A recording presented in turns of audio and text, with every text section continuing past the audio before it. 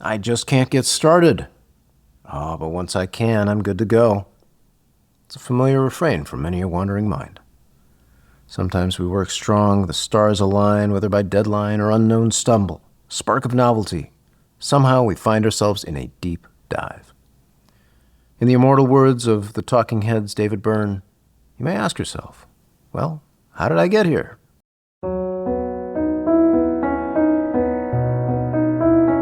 Welcome to the Rhythms of Focus podcast for wandering minds who are tired of feeling that they have to force themselves to make things happen. Maybe know that when things line up well, that tendency to wander actually becomes a powerful wave of focus. I'm Dr. Kourosh Dini, fellow wandering mind. It wasn't that long ago that I struggled to make things happen, whether it was to remember when to pay a bill, do things over time, or look at a list without feeling repulsed. Fast forward through years of study and practice, I can now not only deal with the world, I can be creative, playful, and engage in the ways that make sense to me. I can be a doctor, musician, father, still play games in the evenings. I've created this podcast to share these ideas so you can do the same, hopefully with a lot less of the troubles I needed to go through to get here. Whether you have ADHD, deal with anxiety, or just suffer from a powerfully creative spirit, I invite you to join me in this weekly podcast to start finding your own way to a calmer, more intuitive space. Please note, I'm not functioning as your doctor, psychiatrist, psychoanalyst, therapist, or otherwise. This is here for education, if not entertainment, and I do hope you enjoy it.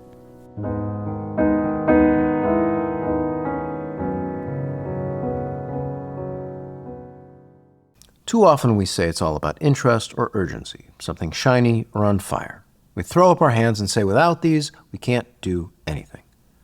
But there's so much more going on than simply interest. Interest, after all, is a deeply complex emotion. In fact, it may be more about an injured sense of trust within ourselves. The word trust itself might seem boring. We hear it so often. It seems to have lost all meaning. I've said it before, but I'll say it again. Trust is a sense, a feeling, that something will continue to behave as it has been such that it might be relied upon. It's a vital, vital concept that creates structure, even words themselves. Our words exist because we feel that they will continue to behave as they have been within the ecology of the worlds in which we live, inside and out. But what do I mean by trust when it comes to play and work? Well, let's take an example. Let's say you see someone schedule themselves to do a thing from 4 to 5 p.m. 4 o'clock comes around, they sit down, and they do it. What's the magic? Doesn't seem like we can do that. What happens if we don't feel like it? The feeling of even feeling like it is deeply complex. Wandering minds often face multiple worries, each an evidence of the loss of trust in ourselves. For example, let's say we try to set something at 4 o'clock and we might wonder a whole series of questions. How am I going to feel when that time comes? What will I be in the middle of? Would I be able to stop if I got started? Would I be able to get back if I need to set it aside? Would I even know what to do if I started? And what if I don't? What if other things come up while I'm working? Will I even realize it? Would I miss yet another important matter? What if I run off on 1,000 tangents in the meantime? And many other possibilities. Now, this is just about a thing at 4 o'clock. There's many other types of work, not to mention balancing various things that we've got going on in our lives. Each of these questions have fears within them. For example, would I be able to get back to it if I need to set it aside? Well, here we might wind up creating another pile that's incomplete. Each of these questions have a fear within them. If there weren't, it's because we would already have the trust we needed. The questions themselves wouldn't come up. But the questions, as they are, unanswered, bog us down. Or perhaps we've answered them in some negative sense, and we don't even want to look at them, in which case we can't even engage. Each of these are evidence that this is not just about interest, but of an injured trust in ourselves. Years of experience have taught us that things can go very wrong very quickly. Why start? Unclear of what to do, we still have to make things happen. So until that hoped-for day that we can engage without fuss, or that desire or that urgency or whatever will get us there, we rely on force, using methods to induce those sorts of feelings. Maybe we wait for deadlines. Maybe we wait until we feel like it. We hyper-schedule our calendar beyond any developed practice. I've already talked about how scheduling one thing can be a problem. Here we make it even worse. Leveraging the shame of past failures, yelling at ourselves, verbally, through Post-it notes, through overburdened task lists. Ask others to remind us, giving up our agency. Tricking ourselves through hacks like false deadlines that we already know aren't real. Reminding ourselves again and again to just start, forcing ourselves to stay in it while we're there. Either of those can make it worse for the next time that we want to start, because those I don't want to feelings grow even stronger. Each of these are methods of force, because we don't trust ourselves. And while these sometimes work, they're often painful, unreliable, and create further problems down the line, including making those I don't want to feelings stronger. Not the least of which, there's also the problem that when we use these, we effectively tell ourselves that we are untrustworthy because these are the only ways that we've found that work. But what is it that we don't trust? We don't trust that there are other waves of emotion that we can ride besides urgency. Could we engage if we, for example, don't feel like it? That doesn't mean we ignore those feelings. Quite the contrary. The exercise becomes one of agency, that ability to decide and engage non-reactively. Maybe we don't even act. Maybe we decide we don't want to do it. But if we can do that from this place of centeredness, where we've considered the feelings and what's going on, well, now we are acting in a place that feels meaningful to us.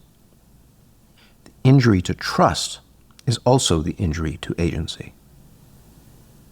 We scaffold that sense by pausing. That magic button, that most difficult thing, the thing that's hard to remember to do, but once we can try, once we get there on those rare occasions perhaps, if we can practice something that feels useful, meaningful, if we can be able to start nourish those gentle tendrils of trust, maybe in a wave of play or care, we might be that much more likely to pause again. That's the practice. That pause is what starts to heal, or at least answers, some aspect of these questions of ability and competency. It takes a certain bravery, and we can be brave without being reckless.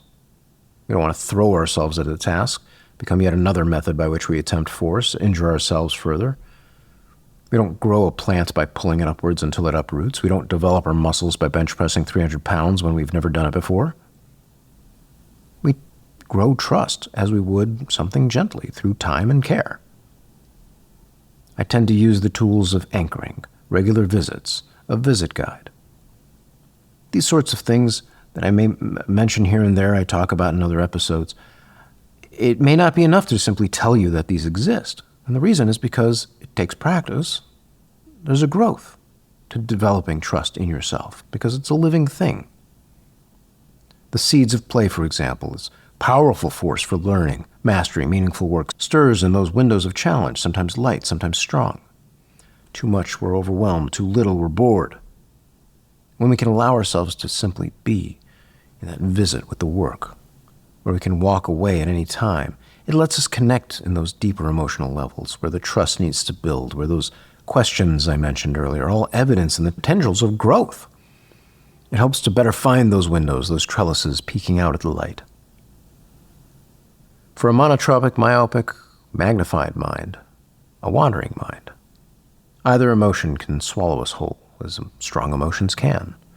Check out episode 14 for more on how I expand the idea of a monotropic mind. But when we can, let's say, leverage play, we can find the root of it as we're sitting there, even if we didn't have it to begin with as we approached. We might be able to find a feedback loop within it. When we can trust ourselves to find those seeds, the world starts to open up. The heavy fog of impossibility begins to lift. We can not only be on top of our work, we can start more reliably getting to things that matter to us, feel more confidence in our visions and how we develop them, and even improve our relationships. We garden that spirit through risk and bravery, and we do so in a kind, considered way.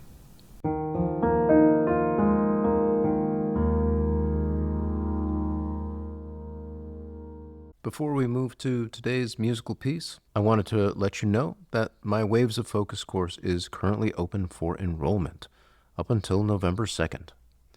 In the course, We'll expand on many of the ideas from this podcast with structured practices, community support, and direct guidance from myself.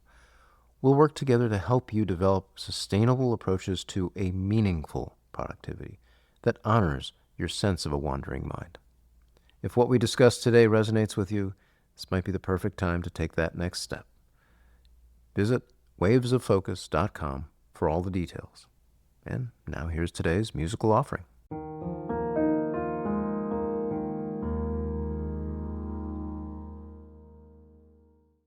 Staring up at the sky as the snow falls down, I think I can feel a sense of play between the flakes of snow and the wind. There's something whimsical in the blend of 3/4 time and a minor key, which is what I think tries to capture this idea. Today's piece of music is called Snow. It's in C minor. Hope you enjoy it.